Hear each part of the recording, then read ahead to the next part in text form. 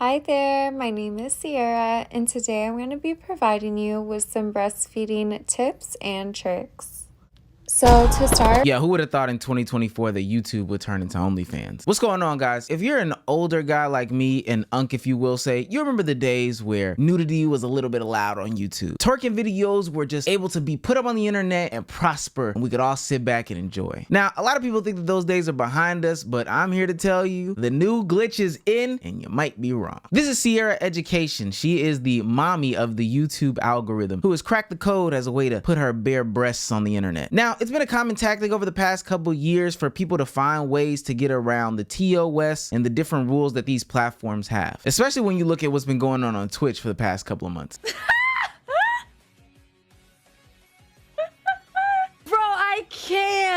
How you feel comfortable sitting there behind digital bars like that in front of all these people, it will never cease to amaze me. Now, obviously these things are banned from these different platforms because of two reasons. One, they're trying to attract new advertisers, and nudity is not going to be the thing that gets these people on there. And two, they have a lot of new users who are under the age of 21 and shouldn't be seeing things like this. Now, these things have gotten differing levels of success, and some of these platforms have been slow to reprimand and change some of these things, and it's all up and down on all these platforms. Now, I want to make the clear distinction. I don't want to overgeneralize and say that all of these educational breastfeeding videos are bad. There are definitely people out there who are looking to serve the public, mothers in need who don't have any guidance, or people who are curious about things and don't know how to go about them in a safe manner. Just practice holding the stuffed animal or doll in these positions so you can feel what they feel like, because at first, if you've never done it, it does feel a little awkward. So it takes practice over time. The first position is called the cross cradle. Now, I've watched all 26 minutes of that specific video, and there is one thing that stands out differently between that video and what Sierra Education did. It's the bare breasts, the nipples, the tatas, the areolas, the tits. There's no bare breast being exposed in that video. Hell, the video is not even in 4K because you don't necessarily need a 4K video to show how to breastfeed a baby. And I will say this, hey, maybe you can have a bare breast out because I've seen those types of videos, and I would say that those videos are truly educational where one bare breast is out while you're breastfeeding. But in Sierra's videos, and I've watched them for educational purposes, she has both of her bare breasts exposed to the camera in order to show this is how you breastfeed. I don't think that that's necessary. Now, she's not the only channel who's done stuff like this, and a lot of these channels have been struck down from YouTube. What makes this content even worse is the fact that she's using it to promote her OnlyFans. It's very disingenuous. There's another content creator on Twitter who does some similar sorts of things. I think she calls her like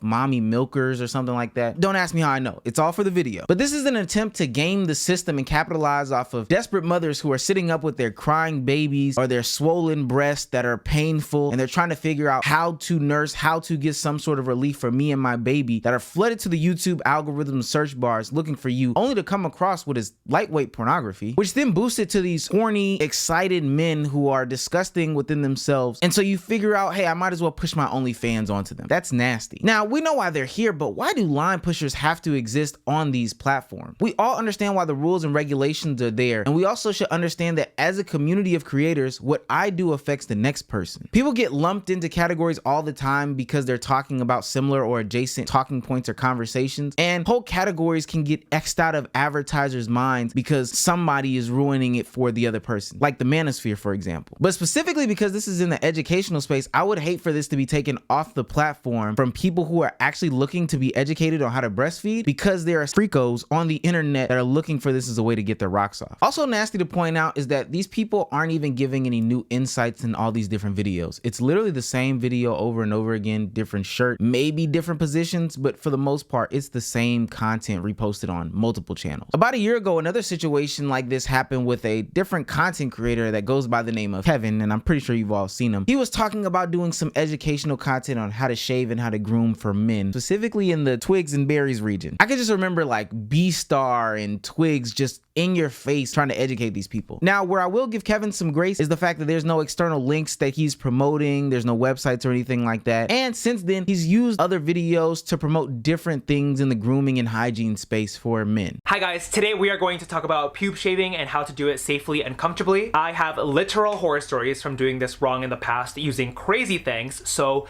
let's go over some do's and don'ts when it comes to pubic hair shaving. Theoretically, if I wanted to shave my pubes pubes with this razor, I would have to like trim them first to get them to like an appropriate length, but I didn't know that then. But I do categorize Kevin as a line stepper because once again, you don't have to show bare B-star or bare twigs and berries. Like, you don't have to show bare these things in order to get your message across. At that point, I've got to think that you also know that there's some sort of algorithm for this and you're just trying to show your nudity to the youthity. Now, other platforms suppress links and YouTube is a big content creation hub for everything, but you should also know that people who are looking up Transformers gameplay dub sub videos can somehow end up on your B-star shavings. And sometimes those can be kids. So you should be understanding that that's what can happen, and you should not be wanting to promote your stuff on YouTube, specifically in this graphic nature. And then it can get worse because when you combine your thirst for creating controversial content that's pushing the boundaries and you wanting to be nude and lewd and break some sort of laws, you can ultimately end up behind bars. Now, I will give Sierra some grace here because at least she's using some sort of doll to get her grift off, her sexual fantasies off. And some of these other content creators have done that as well. But back in 2018, there was a woman who didn't know that, hey, I should probably be using a doll here when I try to get this nasty content off. Leia Felton was a single mom from Tallahassee who was trying to get her educational content off. But what she did wrong was she decided to be completely naked and her son completely naked in the content that she was creating while doing these breastfeeding videos. And ultimately, those stupid actions that she made are putting her behind bars for 10 years. Now, why you would do that to your underage son who was about 18 to 24 months at the time when all these disgusting people are on the internet, I have no clue. She claimed that she wanted to educate, but this is disgusting knowing the people that are out there. Ultimately, these rules are set in place for two reasons. One, so the advertisers can stay, and two, so we're not subjecting children to this type of content. I mean, there are so many creepy people out there on the internet that you wouldn't just want to have this stuff randomly spewed across the internet without some sort of guidelines or some sort of safety measures intact. Now, I will say Sierra is very consistent because every time YouTube tries to strike her channel down, she is going to keep uploading that content no matter what. And she's going to find new ways to manipulate and game the system by doing not only the breastfeeding content, but try on hauls with wet clothes and with dry clothes. Today we're going to be reviewing the difference in this pink tank top,